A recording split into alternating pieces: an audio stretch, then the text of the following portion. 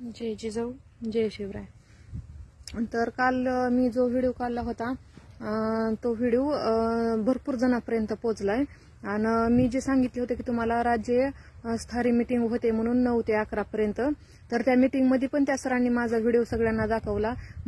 महाराष्ट्रामधून ज्या ज्या समाजसेवा ज्यांना करायची इच्छा आहे ती व्यक्ती तिथं मीटिंगला जॉईन होता. तर त्यांना पण सगळ्यांना तो व्हिडिओ ऐकवला. तर त्यातल्या एका मुलीचं पण तिनं 4वीला आहे ती मुलगी, तिनं पण तिचं मनोगत व्यक्त केलं आणि सांगितलं की आपल्याला आरक्षणाची भरपूर गरज आहे.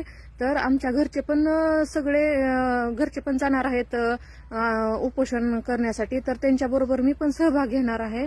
जोपर्यंत मराठ्यांना आरक्षण देत नाही तोपर्यंत माघार घेणार नाहीत, कारण की आरक्षणाचं महत्व म्हणजे आरक्षणाशिवाय काहीच होऊ शकत नाही आणि आरक्षण म्हणजे आपल्यासाठी खूप महत्वाची गोष्ट आहे. असं म्हणजे 4थीच्या मुलीला कळालं तर हे आपल्या मराठा समाजांना तर सगळ्या मोठ्या माणसांना तर लक्षात आलंच असेल की त्याचं महत्व काय आहे ती. त्याच्यामुळे ह्याच्या अगोदर पण भरपूर जणांनी आंदोलनाचा पुढाकार घेतला, पण त्याच्या घरी लगेचच संध्याकाळी फॉर्च्युनर असेल किंवा लगेचच 2 महिन्यात 3 मजली 4 मजली बंगला असेल की त्याला लगेचच राजकारणात घ्यायचं, लगी एखादं पद द्यायचं किंवा अशा काही भरपूर गोष्टी घडल्या की हिऱ्यापेक्षा पण मौल्यवान असा आपल्याला हा व्यक्ती त्यांनी आपल्याला साथ दिलेली आहे की मनोज दादांनी. त्याच्यामुळे आपण त्यांना पाठिंबा द्यायचा आणि त्यांना सहकार्य करायचं. ते त्यांच्या लेकरासाठी नाहीतर आपल्या लेकरासाठी जास्त करायला लागल्यात. त्यांना स्वतःना कुणबी प्रमाणपत्र मिळालं, नोंद निघाली मिळालं तरी देखील ती म्हणले की मी ह्याचा लाभ घेणार नाही.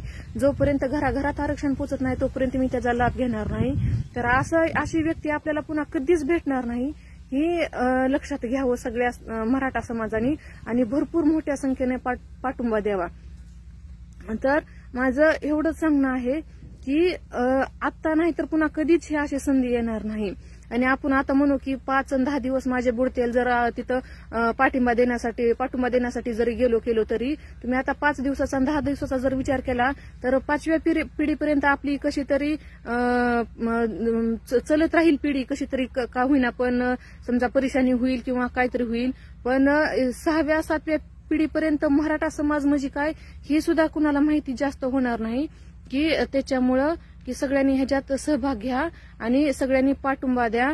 म्हणजे मग की ह्या मराठा समाजानं तर जास्त भरपूर संख्येनं भरपूर लढाया केलेल्या आहेत. त्याच्यामुळे तर आपल्याला मराठा ह्या समाज सगळ्याला एकात घेऊन चालतोय आणि सगळ्यांसाठी मोठ्या भावाची भूमिका पार पाडतोय.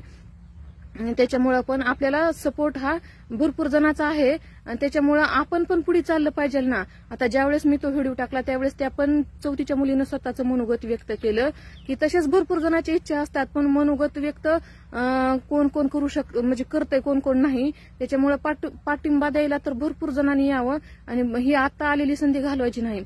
आपल्यात एक मन आहे बघा की 1 घाव 2 तुकडे, तर आता 1 घाव घालून 2 तुकडे करायची वेळ आलेली आहे. तर मनोज दादांनी स्वतःच्या घरावर तुळशी पात्र ठेवून समाजासाठी समाजसेवा करतात ही आपण विसरलं नाही पाहिजे.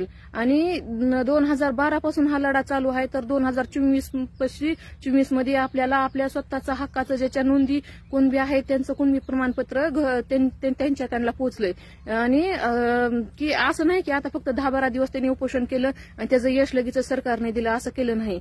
तर आपल्याला ही काहीच विसरून चालणार नाही की मनोज दादांनी स्वतःची 2 एकर जमीन समाजासाठी विकली, एवढं उपोषण केलं आणि तिथल्या माता माऊल्यांनी लाट्या काट्या खाल्ल्या, त्यांच्यावर गोळ्या देखील झाडल्या, पण त्या मागं हटल्या नाहीत. आपल्याला पाठिंबा द्यायचा आहे, ज्यांना सहभागी व्हायचंय, ज्यांची तयारी आहे त्यांनी उपोषणाला बसू शकतात, पण पाठिंबा तर द्यायचा आणि सहभागी तर सगळ्यांनी तिथं व्हायचं.